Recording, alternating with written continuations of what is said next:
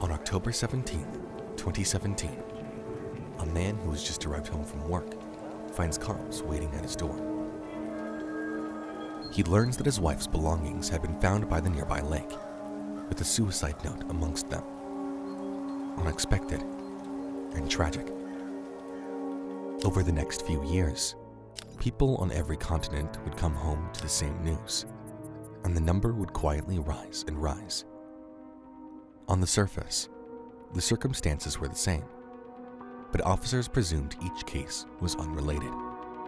Except, they were.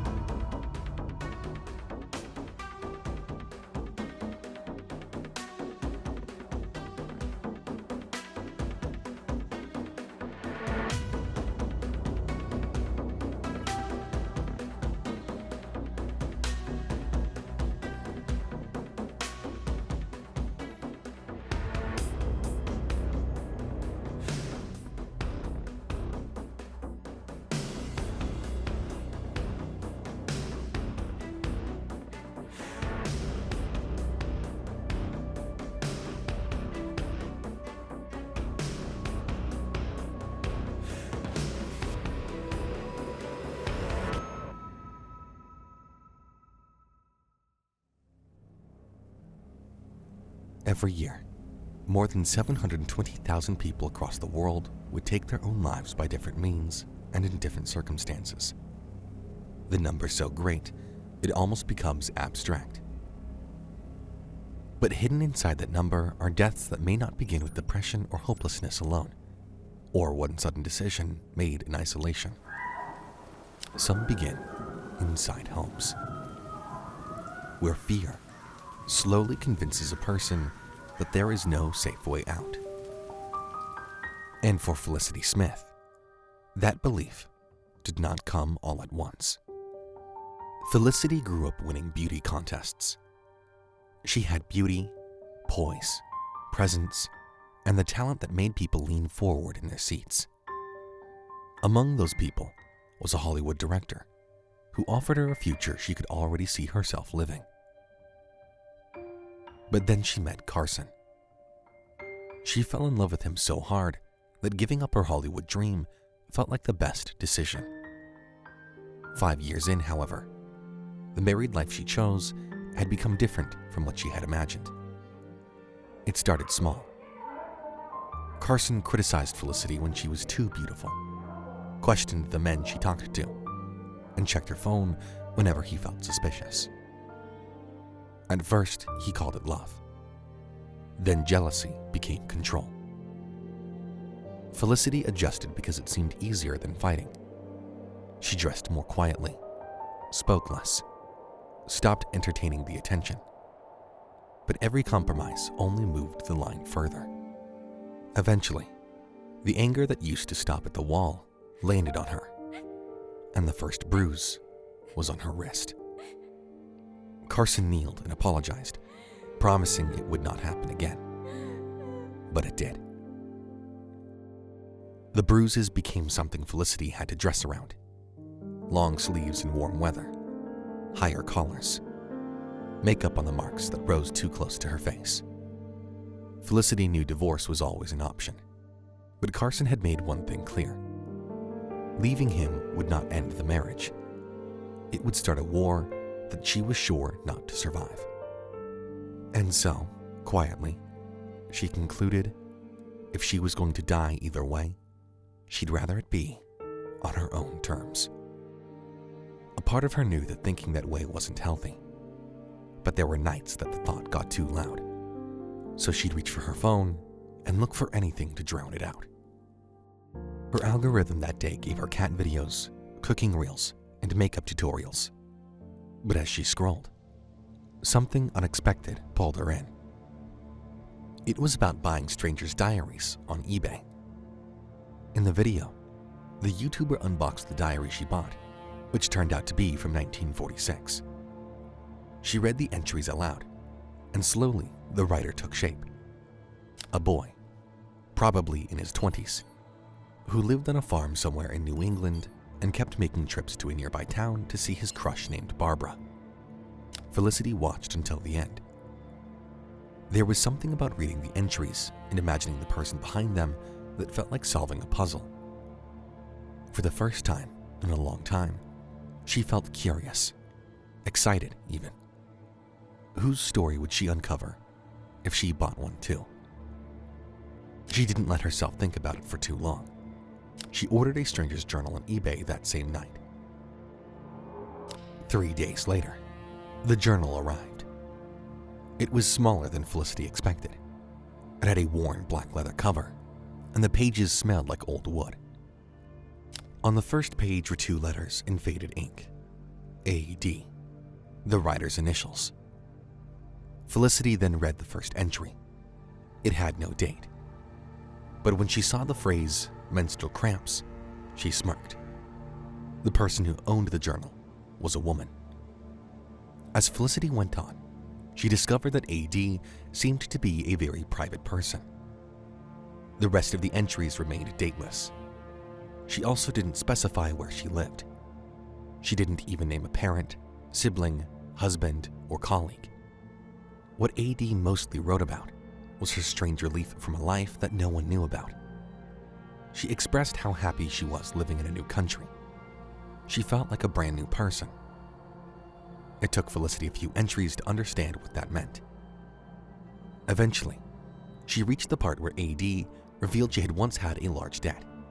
It was $3 million, and it was because of her gambling problem.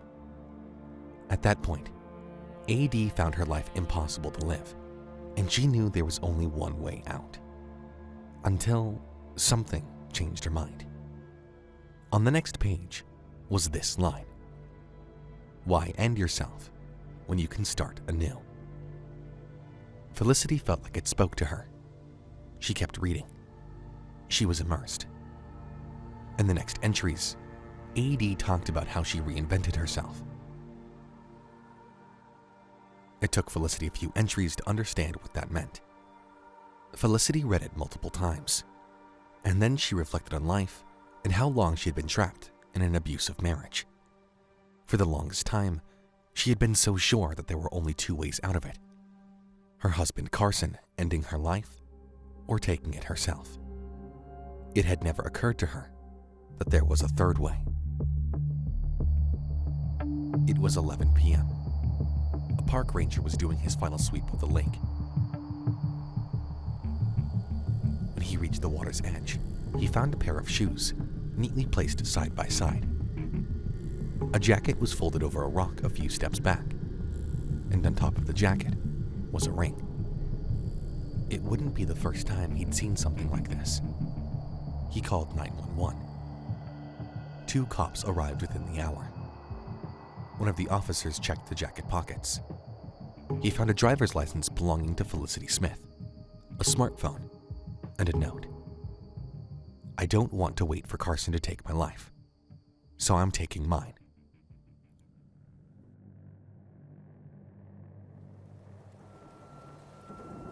Carson pulled into the driveway at 11:30. He was a hotel manager, and it had not been a usual day at work. A corporate booking had gone sideways, and he spent a few hours past his shift smoothing it over. He was so tired that he almost didn't notice them at first. 2 cops were standing at his front door. Carson cut the engine, but didn't get out right away. His first thought was Felicity. She had always threatened to talk about what he did to her. He had always made sure she wouldn't, but she knew he'd be late tonight, and she'd had a long time alone to do something stupid. He steadied himself and got out. But the officers didn't mention any report. Instead, one of them told him his belongings had been found at Buckeye Lake: a jacket, a smartphone, a pair of shoes, a ring. Then they showed the ID. Carson confirmed it belonged to his wife, and he was her emergency contact. When he realized what she might have done, he started crying, only for the officer to politely interrupt him and show him the note. "You need to come with us."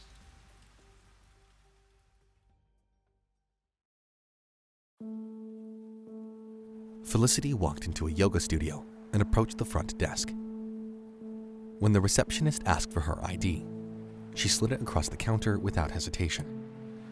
It showed Pollyanna Perez now. It had been 6 weeks since she executed her plan. At first, there were moments she had been sure it would fall apart. But when she saw the articles online, she knew she had been successful. Back in Ohio, Carson had been taken in for questioning. Without a body, they couldn't charge him. But they weren't letting him go easily either. To Felicity, that was enough to make her feel at peace. And thanks to the journal she bought on eBay, she was now living the life she deserved. She had even started making friends. One of them was Dolores Vargas. After their first yoga class, they walked out together, neither of them in a particular hurry. They talked about small things at a good cafe near the beach. They had an instant connection. But it was on the third week that she noticed it. Dolores had reached up to adjust her hair, and her sleeve had fallen back just enough.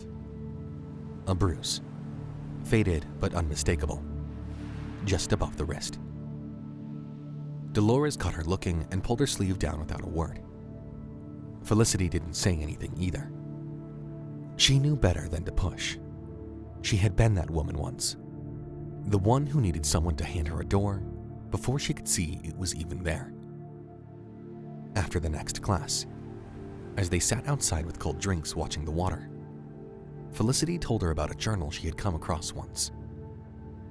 A woman who found herself in an impossible situation and had written down exactly how she had walked out of it. She slid it across the table, told her it had changed her life, and recommended she read it. 2 days later, in the same cafe, Dolores returned to the journal, almost teary-eyed. It came out in pieces after that. Not a confession.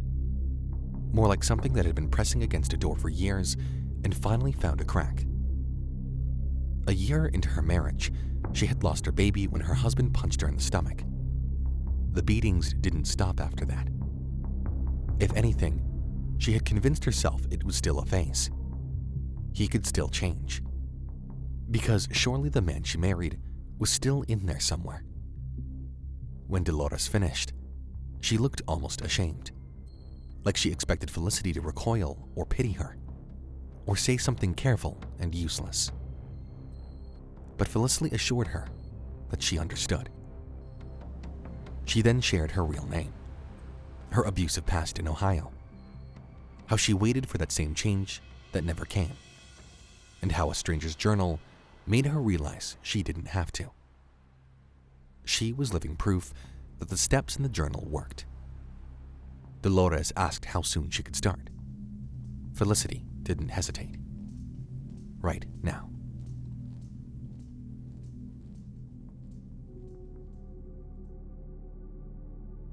For the next few months, Felicity and Dolores worked quietly and deliberately. Instead of attending their yoga classes, they focused on getting 3 things done. The first was the most time-consuming: creating a new identity. A name meant nothing without documents behind it, and every paper trail needed a beginning, a birth certificate. That was the first official proof that a person had entered the world at all. After that, paper had a hierarchy. But that new existence meant nothing if the old one wasn't convincingly buried first. Which brings us to the second step: deciding what to leave behind. Whatever it was, it had to do one thing: convince everyone that what happened was intentional. For Felicity, it was the note. It had never just been about closure. Carson was the kind of man who would possibly look for her. So the note had to do more than say goodbye. It had to make sure he never got the chance because the investigators would be monitoring him. Dolores was less vengeful. She decided to write a heartfelt letter to her husband. To anyone who read it, it would look like the words of a woman at peace with her decision. But a note alone couldn't finish the story. For a staged demise to be successful, a literal stage was needed. And that was what the third step was about: picking the location. It always had to be water. It was the most practical choice. Felicity had learned the hard way that not all water was equal, though. Buckeye Lake was shallow and small, the kind of place that gives things back. But what had saved her life wasn't the lake. It was the note pointing at Carson. The water had just been a prop. Dolores wasn't going to make the same compromise.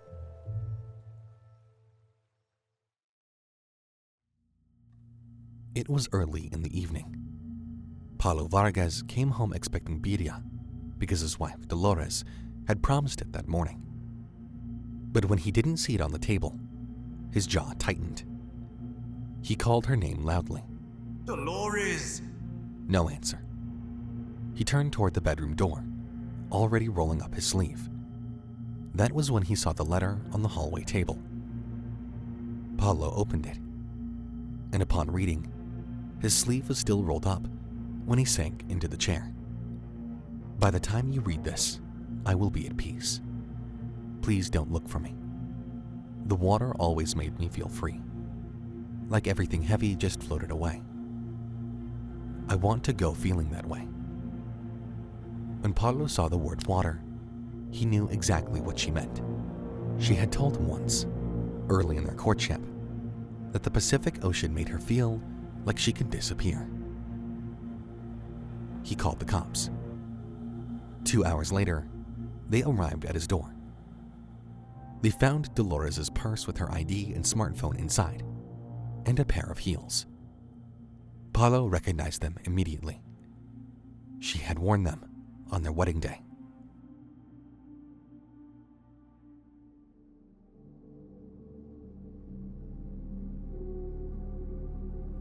Felicity was lying in the beautiful beach sand when she found the article on her phone. She shows it to Dolores, who now goes by Andrea Marquez. She didn't expect it to be that quick. But while she was happy with her newfound freedom, she couldn't help but think about how many women were still trapped with no way out. She turned to Felicity. What if they looked for them? Felicity was immediately on board. She had been thinking about the same thing, though perhaps for different reasons. They had new names and a new country, but money didn't last forever. If they were going to help women the way the journal had helped them, it wouldn't just be charity. It had to be sustainable. They started online. Felicity and Dolores joined every Facebook support group for abused women they could find. They never rushed it. They would read through posts for days, sometimes weeks, before reaching out to anyone. And when they did, they always started with their own stories. Not the journal, not the plan. Just two women who could relate to the abuse victims and had found a way out. By the time they had reached enough women, a community had formed on its own, so they gave it a home. A private Facebook group called The New Chapter. Every woman in the new chapter was there for the same reason. They were still in abusive households, still going home to the same doors, still covering the same bruises, still convincing themselves it would get better. But the group gave them somewhere to exhale. They shared their stories, checked in on each other, and celebrated small things. Within the first month, the new chapter had over 1,000 members. That was when Felicity and Dolores knew it was time. Felicity posted a photo of the journal in the group. In the caption, she described how it saved her life and Dolores's.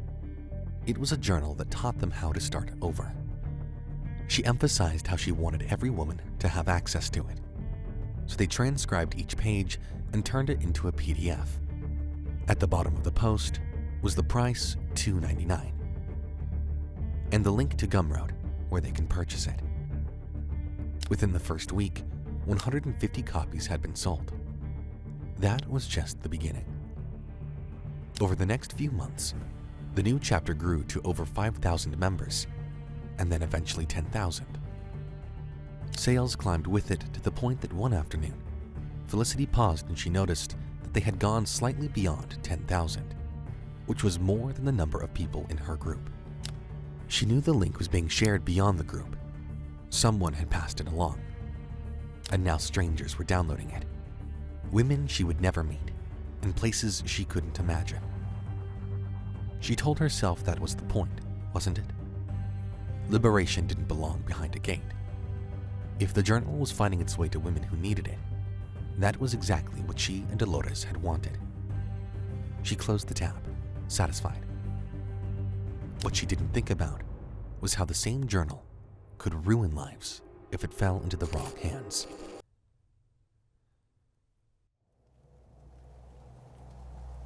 Three years later, investigators were noticing something odd. Water suicides with no recovered bodies were climbing at a rate that didn't match any historical pattern. At first, the pattern was consistent. Women taking their lives, husbands coming home to the news, search teams finding their wives' belongings at shorelines. But then the people left behind started to change. It wasn't just husbands anymore. It was landlords who never received another payment, lawyers who showed up to hearings where their clients never appeared, insurance companies processing claims on women who had just updated their policies. Eventually, it wasn't just women either. Men started disappearing the same way, even teenagers.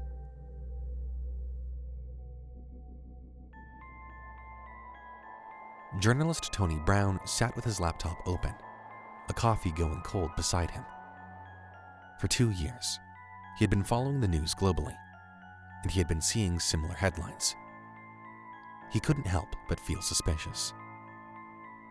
There was something about the methods that felt too similar, too consistent to be a coincidence. Tony then opened the latest article he saved. The youngest person so far who used the same method. The boy was Matthew Davies, 13, an avid gamer from Essex. His belongings were found on the shore of Jubilee Beach the previous evening. The note he left wasn't even on paper. It was a wallpaper he had set on his computer. Taking my life before GTA 6. In the article, his older brother, Luke Davies, was quoted as saying, "He was fine. We were talking about games just the week before." But Tony felt like there was more to this case, so he reached out to Luke on Facebook. His profile was public. His most recent post was about his brother. The comments were full of condolences from people who clearly knew them both. Tony sent him a message, introducing himself as a journalist. Luke responded the same day. They exchanged messages back and forth.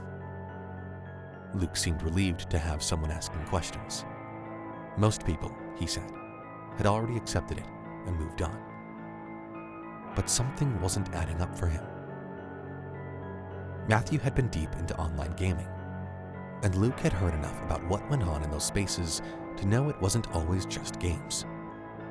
Predators, grooming, people who knew how exactly to find someone lonely and pull them in slowly.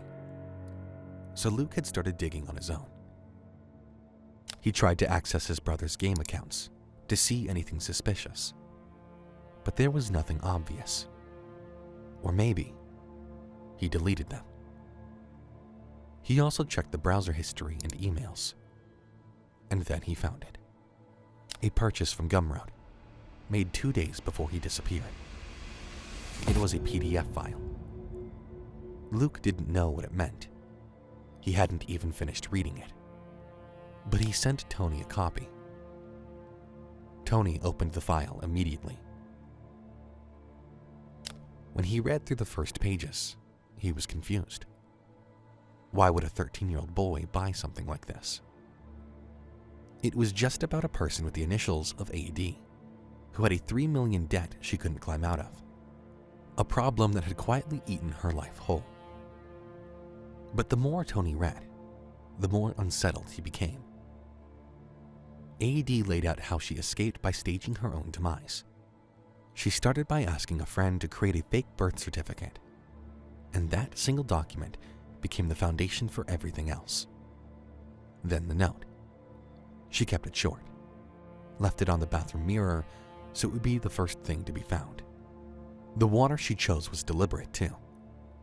She didn't specify where, but she mentioned that she chose a crater lake because it was superheated and highly acidic. The kind that gives search teams a conclusion that her body won't be found because it has been disintegrated. She left her shoes and her ID at the edge of the said lake, enough for the investigator to associate her with doing the worst.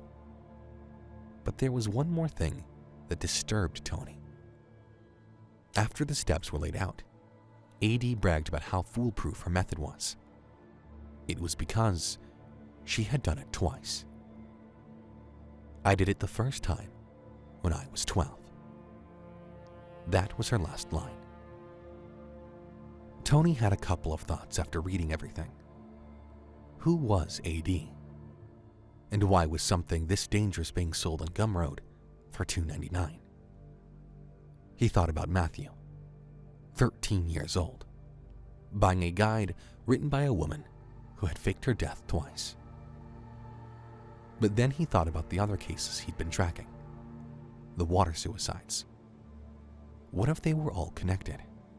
He coordinated with Luke, who had just finished reading the journal by that time. They found the Gumroad listing link from Matthew's browsing history. However, the listing was already deleted. Someone might have known people were looking. But Tony didn't lose hope. He still had another way to track down the owner. Through the PDF file's properties. The author was Pollyanna Perez. He Googled her name, and he immediately found out that she was the admin of the new chapter, a private group with now 15,000 members. He tried joining the group to see what was inside. Since it only allowed female members, he called his sister, who didn't hesitate to help him.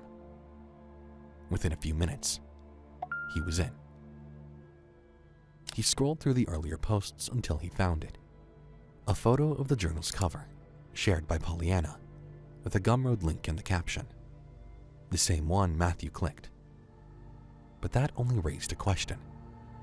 The group was only for women. The link had only been posted there. So how did a 13-year-old boy from Essex find it? Tony didn't have an answer. But he didn't wait for one. He called the FBI.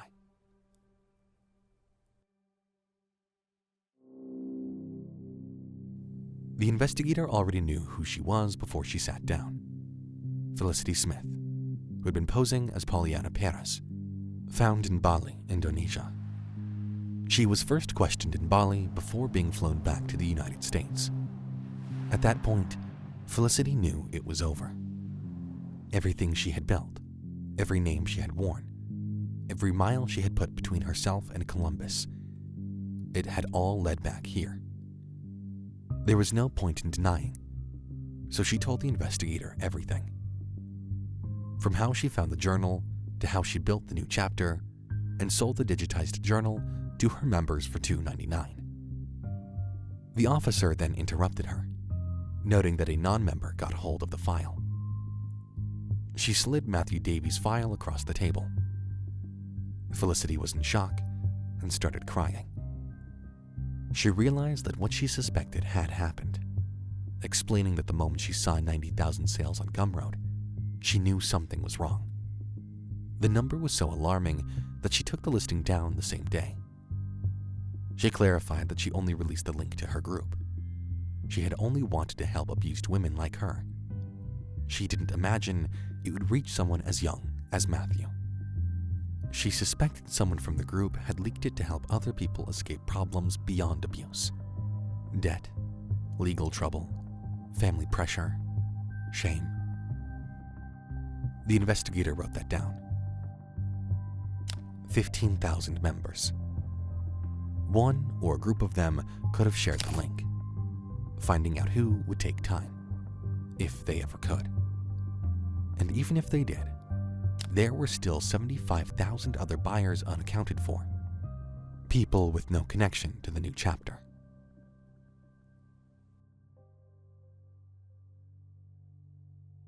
Felicity Smith and Dolores Vargas were charged with conspiracy, document fraud, and wire fraud. Both cooperated fully with investigators. The cooperation and the circumstance that had driven them to it weighed heavily enough that both were released on probation. The human cost, however, was harder to close. Of the 90,000 people who bought the digitized copy of the journal, only 35,000 had been tracked down, all of them alive. Their deaths were staged. As for the 55,000, authorities across multiple continents are still working together to find them, especially now that investigators have traced how the link spread. Someone inside the new chapter had posted it publicly without thinking twice. A woman who had just gotten out from under her nightmare landlord posted it in an online forum for people drowning in debt. She didn't mention it was for women. She just said it had turned her life around and that someone else might need it. Someone in that thread passed it along to a community for people starting from scratch in r/self-improvement. Then someone from there dropped it into a fantasy Premier League Discord, where retired dads and teens coexist, and it sparked exactly the kind of odd, scattered conversation that off-topic channels were made for.